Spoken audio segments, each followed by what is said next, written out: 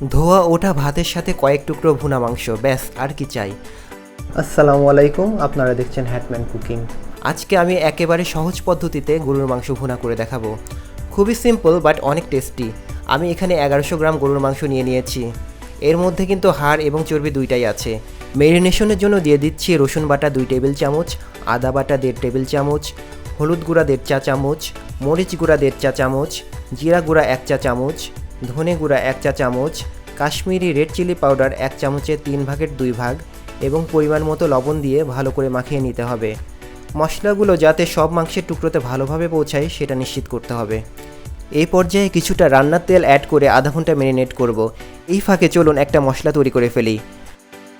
আমি এখানে নিয়ে নিয়েছি 1 টেবিল চামচ আস্ত জিরা, একটা জায়ফলের 4 ভাগের 1 অংশ, সামান্য জয়ত্রী, কয়েক টুকরা দারচিনি, 5টা এলাচ, কয়েকটা লবঙ্গ এবং কিছু কালো গোলমরিচ। এগুলো না টেলে খুব মিহি করে গ্রাইন্ড করে নিতে হবে। পেঁয়াজ এবং রসুন কেটে নিচ্ছি। একটা প্যানে হাফ কাপ সয়াবিন তেল দিয়ে দিচ্ছি। এখন একে একে দিয়ে দিচ্ছি 2টা তেজপাতা, আমি মাঝ বরাবর ছিঁড়ে নিয়েছি, 3টা এলাচ, কয়েকটা লবঙ্গ, 2 টুকরা দারচিনি এবং 2টা শুকনো মরিচ। এগুলোকে একটু ভালো করে ভেজে নিতে হবে যাতে মশলার ফ্লেভার তেলের মধ্যে খুব ভালোভাবে ছড়িয়ে যায়। এখানে আমি পরিমাণে খুব কম মশলা তেলে দিয়েছি যেহেতু বাকিটা গুঁড়া মশলা দিব, যেটা আগেই আমি গ্রাইন্ড করে রেখেছি। মশলাগুলো ভাজা হয়ে গেলে দিয়ে দিচ্ছি 200 গ্রাম পেঁয়াজ কুচি, একটা বড় সাইজের রসুন কুচি।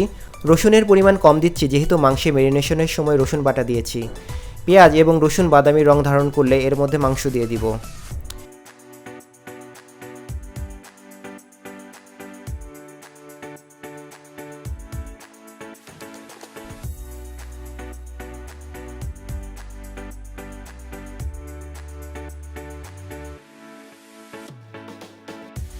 একটু নেড়ে চেড়ে আগে থেকে গ্রাইন্ড করে রাখা মশলা 3 ভাগের 2 ভাগ দিয়ে দিচ্ছি।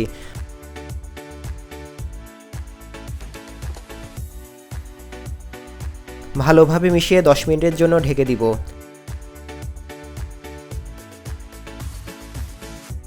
এই 10 মিনিটে মাংস থেকে পানি বের হয়ে সেটা আবার শুকিয়ে যাবে। পানি টেনে যাবার পর ঠিক যতটুকু সময় তেলের উপরে মাংসকে কষাতে পারবেন ঠিক ততটুকু সময়ে মাংসের সাথে থাকা কাঁচা মশলাগুলো কুক হবে। তাই চেষ্টা করবেন মশলা না পুড়িয়ে একটু সময় নিয়ে মাংস কষাতে। এখন দিয়ে দিচ্ছি 6 কাপ গরম পানি। মাংসে কখনো ঠান্ডা পানি ব্যবহার করবেন না, এতে মাংস শক্ত হয়ে যায় এবং স্বাদও নষ্ট হয়ে যায়। দিয়ে দিচ্ছি 3টা আস্ত রসুন, এটা একেবারেই অপশনাল, আপনি চাইলে নাও দিতে পারেন। এতে মাংসে এক্সট্রা কোনো ফ্লেভার অ্যাড করবে না, কিন্তু রসুনগুলো খেতে খুবই দুর্দান্ত হবে। একটা ঢাকনা দিয়ে ঢেকে প্রায় 30 মিনিট মিডিয়াম ফ্লেমে রান্না করব। এতে মাংসগুলো বেশ ভালোভাবে সিদ্ধ হয়ে যাবে। আপনি যদি ইউটিউব থেকে এই ভিডিওটি দেখে থাকেন তাহলে দয়া করে আমার চ্যানেলকে সাবস্ক্রাইব করবেন, আর যদি ফেসবুক থেকে দেখে থাকেন তাহলে ফেসবুক পেজকে একটা ফলো দিয়ে রাখবেন। মাঝে 2-1 বার ঢাকনা তুলে নেড়ে দিতে হবে।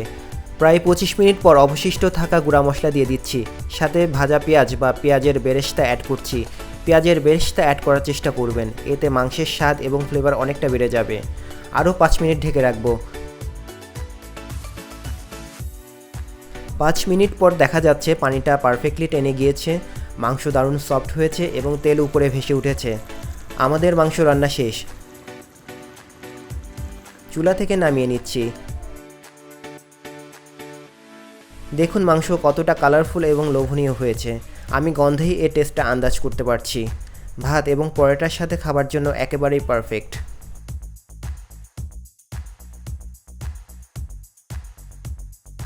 আজ এই পর্যন্তই, খুব শীঘ্রই ফিরছি পরবর্তী রেসিপি নিয়ে। আসসালামু আলাইকুম।